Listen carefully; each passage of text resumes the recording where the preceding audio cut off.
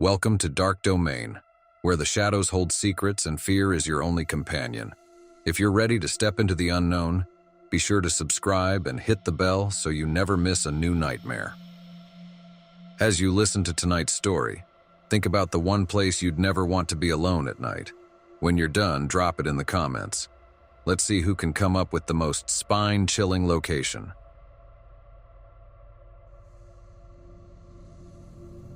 The itch. When it first started, it felt like nothing more than a mosquito bite. I was at my desk at work, deep in a spreadsheet, when I felt the first itch on the back of my left shoulder. It was one of those itches that creeps up slowly, teasing at first, then intensifying until you have no choice but to scratch. So I reached around and absent-mindedly scratched it, thinking nothing of it. It went away, as most itches do. But over the next few days it came back. Always in the same spot, just beneath my left shoulder blade. A nagging little tingle that begged to be scratched. It wasn't painful, just annoying. I chalked it up to dry skin, or maybe a little bug bite I'd missed. A week passed and I still couldn't shake the itch. It would come and go at random times, growing more persistent each day. By the end of the second week, I found myself reaching over my shoulder to scratch it almost every hour, the irritation like a persistent whisper in the back of my mind. I tried all the obvious things: lotion, antihistamines, even some weird home remedies my coworker Angela suggested, like rubbing garlic on the skin. Nothing worked. And then something changed. One night, as I lay in bed, I felt it again, stronger, almost burning. I scratched at it in the dark, but my fingers couldn't seem to find the right spot. No matter how hard I tried, the itch stayed just out of reach. Frustrated, I stumbled out of bed, fumbled into the bathroom, and looked over my shoulder in the mirror, hoping I might find some rash or insect bite to explain it. What I saw wasn't a bite or a rash. It was a tiny, perfectly round bump on my skin. About the size of a pea, the bump sat there, right beneath my shoulder blade, flush with the surface. It was pink, slightly raised, and when I poked it, the itch flared intensely. I went to the doctor the next day. He looked at it, puzzled, but shrugged it off as a benign cyst. "If it doesn't go away in a few weeks, we'll take another look," he said. "It's probably nothing." But it didn't feel like nothing. Over the next few days, the bump seemed to grow. I could feel it when I brushed my hand over the skin, a hard, round lump as if something foreign was nestled beneath the surface. The itch grew worse too, evolving into a constant, maddening burn that gnawed at me. I found myself scratching until my skin was raw, my fingers clawing at the bump as though I could dig it out. 3 weeks in, it wasn't just an itch anymore. The bump had grown to the size of a marble, and I could feel it pressing against my skin, harder, denser. The itch was no longer something I could ignore. It was a demand, consuming my every thought. It followed me to work, into meetings, into my dreams. It was as though it had burrowed into my mind, sinking roots into my consciousness. I made another appointment with the doctor, but it wasn't for another 2 weeks. I needed answers. I couldn't wait. By the 4th week, I stopped caring about appearances. I scratched my shoulder incessantly at work, at home, in public, tearing at the skin until it bled. Angela noticed, asking if I was okay. I lied and said it was an allergy, but the way she looked at me told me she didn't believe it. I couldn't believe it myself. That night, I stood in front of the bathroom mirror again, staring at the lump on my shoulder. It was bigger now, too big to be a cyst. The skin around it was stretched taut, red and irritated from the constant scratching. I leaned in closer, squinting under the harsh bathroom light, and that's when I saw it. Something was moving beneath the skin. My breath caught in my throat.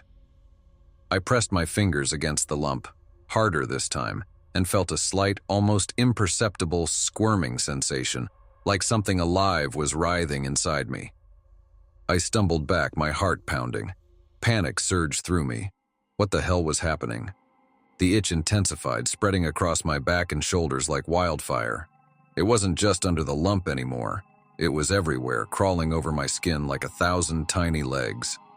I scratched and scratched, but no amount of clawing could reach it. I couldn't think. I couldn't breathe. The only thing that mattered was getting rid of that thing beneath my skin. Without thinking, I grabbed a pair of scissors from the bathroom drawer. My hands trembled as I pressed the tip of the blade against the swollen bump, gritting my teeth against the pain.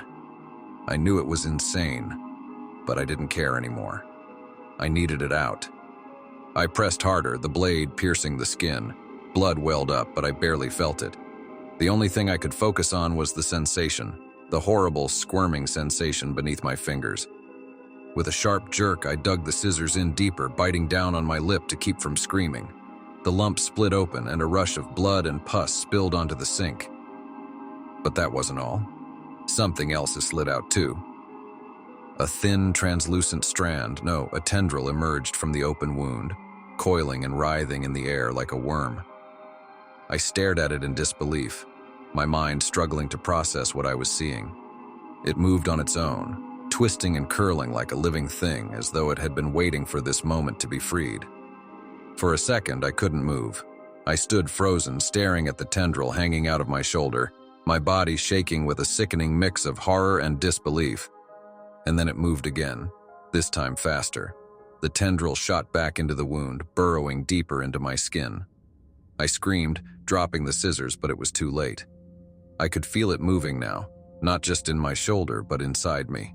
The itch was back, stronger than ever, but it was no longer on the surface. It was deeper, crawling through my veins, slithering beneath my skin. I collapsed onto the floor, writhing in agony as the tendril moved through me, worming its way up my back, into my neck, down my arms. The itch was unbearable, a burning, searing need that no amount of scratching could satisfy. I could feel it in my muscles, in my bones, wriggling and twisting like a parasite. I must have blacked out because the next thing I knew, I was lying on the bathroom floor, the cold tiles slick with blood. I was still alive, barely, but the itch had subsided. The lump on my shoulder was gone, the skin around it a raw, gaping wound. But the relief was temporary. In the following days, I felt the tendril again, moving beneath the surface. It wasn't just in my shoulder anymore. It was spreading, like roots growing through my body, weaving through my organs, my limbs, my mind. And with it came the itch, that horrible, maddening itch that gnawed at me from the inside. I tried to tell myself it wasn't real, that I was imagining it, but deep down, I knew the truth. Something had burrowed into me. Something alive. I stopped going to work. I stopped answering calls. I stayed in my apartment, locked away from the world, as the thing inside me grew. I could feel it, every second of every day, wriggling and squirming beneath my skin, twisting around my spine, crawling into my skull. The worst part wasn't the pain, it was the itch, the constant, unrelenting itch. I scratched until my skin was raw, until my nails were caked with blood, but it never stopped. It was always there, burning and gnawing, driving me mad. One night, in a moment of sheer desperation, I grabbed a knife and started cutting again. This time, I didn't stop at my shoulder. I cut into my arms, my legs, anywhere I could feel the movement, trying to dig out the thing that was burrowing through me. But no matter how deep I cut, no matter how much blood I spilled, I couldn't reach it. I was losing my mind, I knew it, but I couldn't stop. And then one night I had a dream, or at least I thought it was a dream. I was standing in front of the mirror, staring at myself. My skin was pale, almost translucent, and beneath the surface I could see them, the tendrils. Hundreds of them, coiling and writhing beneath my flesh like worms in the soil. They pulsed and twisted, stretching through my body, feeding on me, consuming me. And then I heard a voice. "We are almost ready." I woke up in a cold sweat, gasping for air. The itch was still there, but something had changed. I could feel it. The tendrils were moving faster now, more urgent, as if they were preparing for something. The next morning, I noticed the lump again, this time on my neck. It was bigger than before, thicker, and it wasn't alone.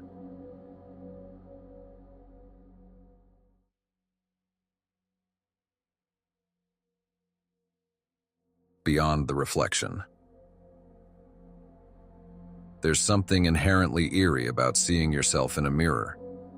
I used to think it was just the brain processing a reversed image, or maybe a mild unease at the idea of confronting one's imperfections, but now I know better. Now, I understand the real horror of mirrors.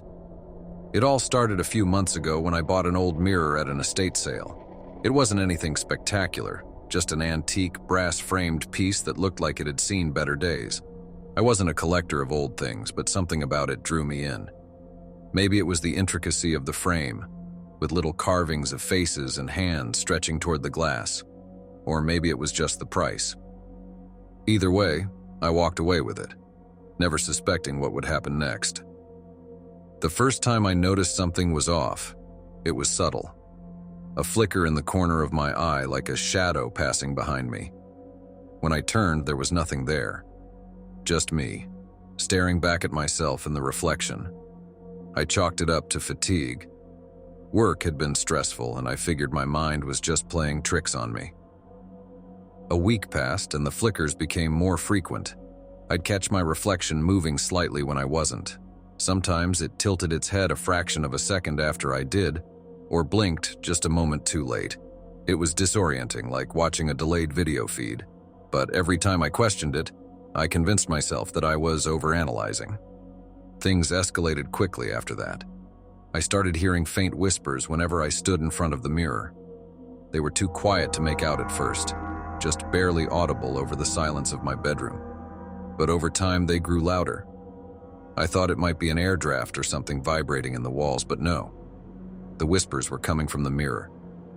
One night, as I was brushing my teeth, the whispers became unmistakable. My reflection was speaking.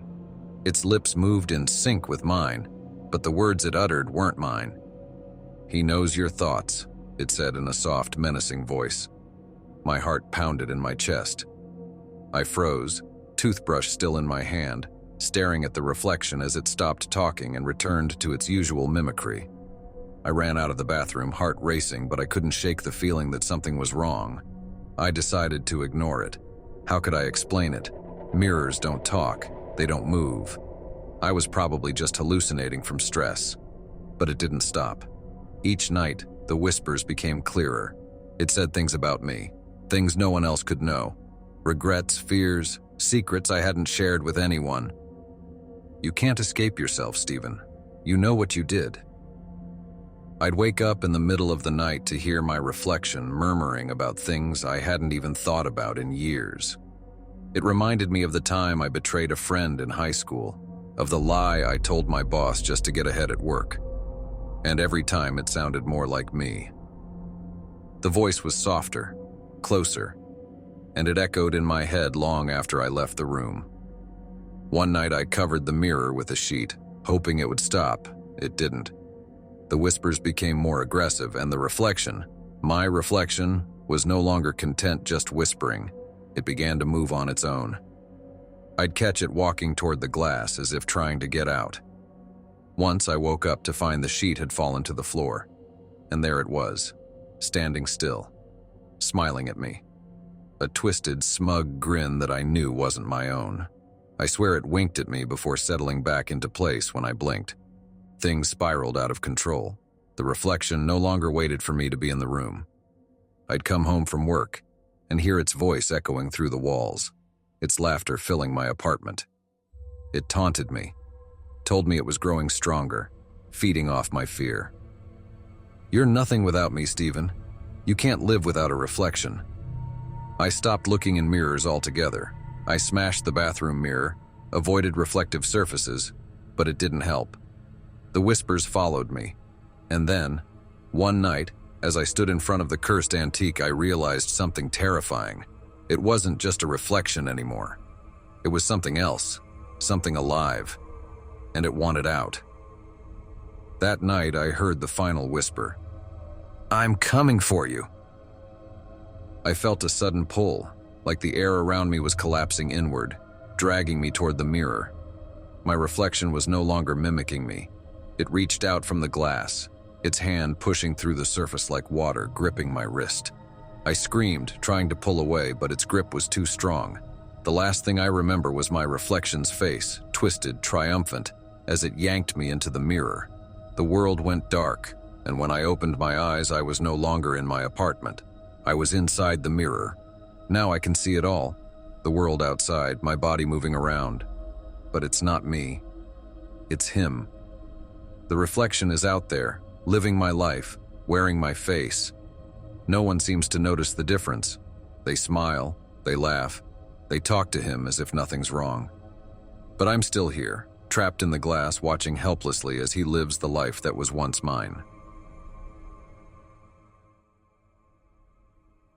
I've always been obsessed with perception, the way our brains construct reality from the signals it receives.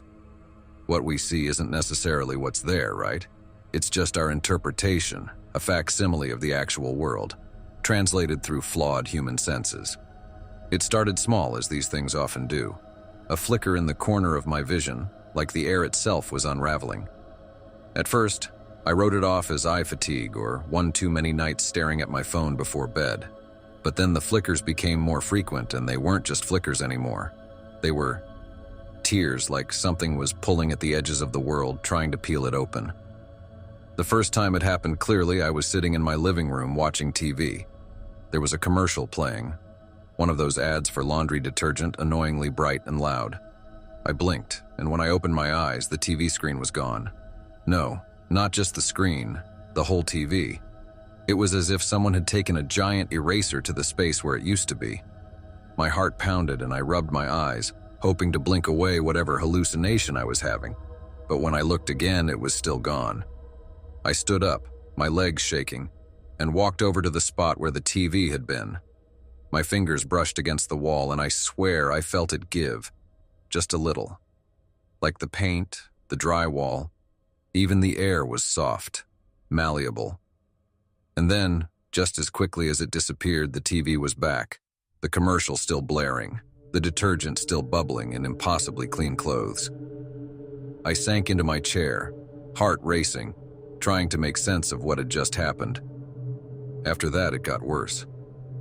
I began to notice the tears everywhere, small at first, but growing wider, more frequent. Sometimes I'd catch a glimpse of them when I looked in the mirror, the corner of my reflection warping, as though the world behind me was slipping out of sync. Other times I'd see it in people, strangers on the street, their faces glitching, like a bad video game character whose model didn't load properly. I'd blink, and they'd return to normal, but the afterimage of their warped faces lingered in my mind.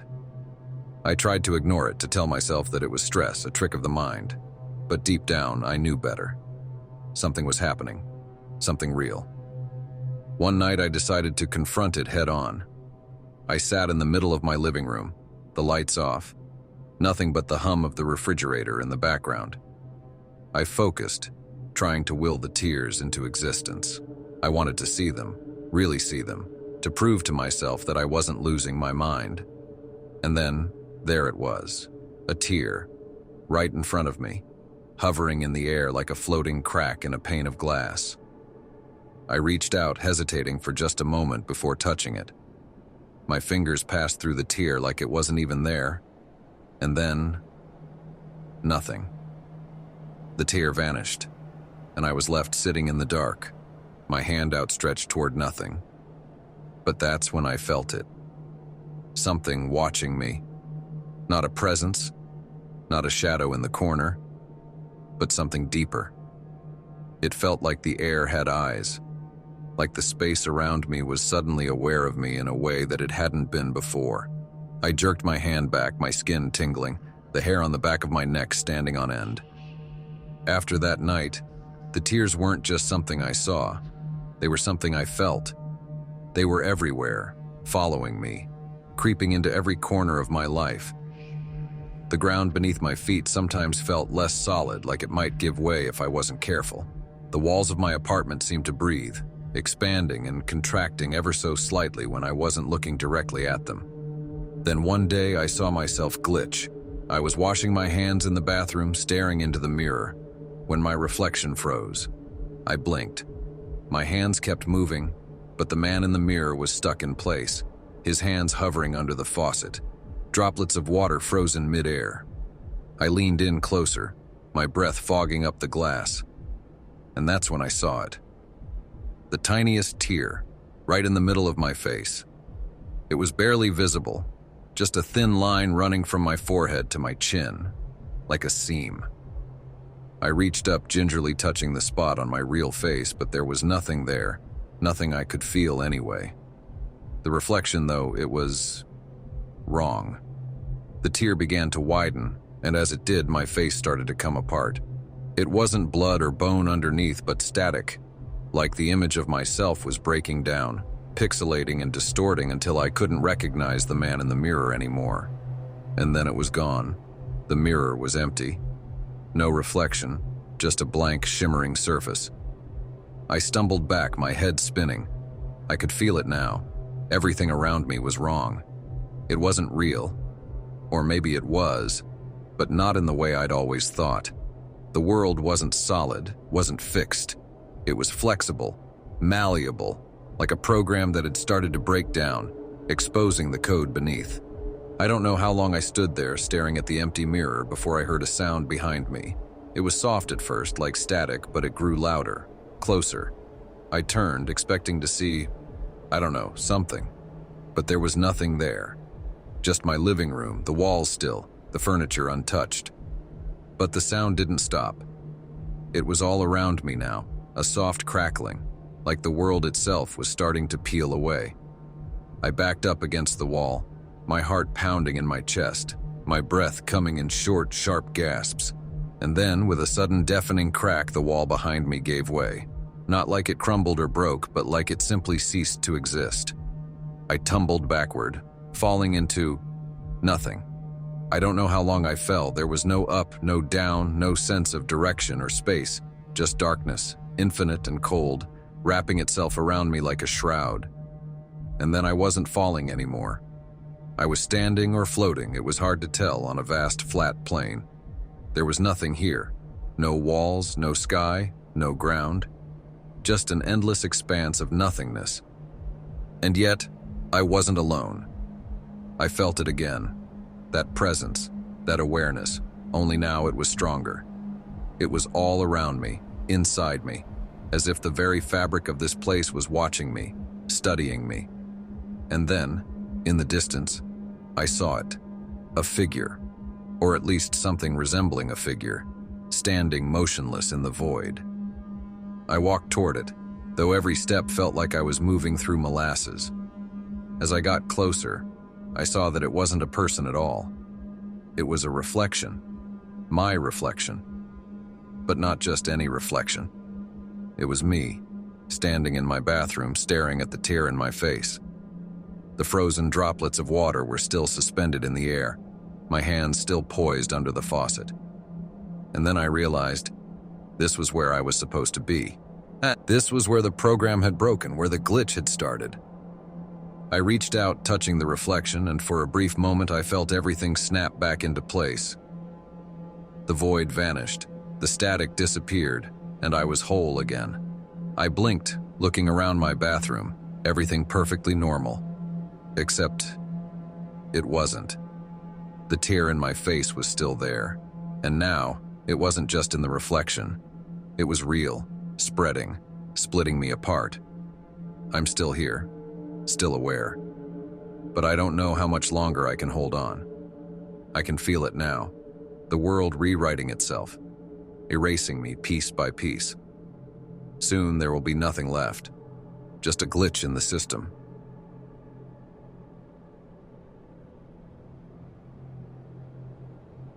Thank you for stepping into the shadows with us once again. The dark domain will call you back soon, but remember, the stories don't end when the video does. If you felt a shiver, let us know in the comments, and don't forget to share your own darkest thoughts. Until next time, stay sharp, because the darkness is always one step behind you.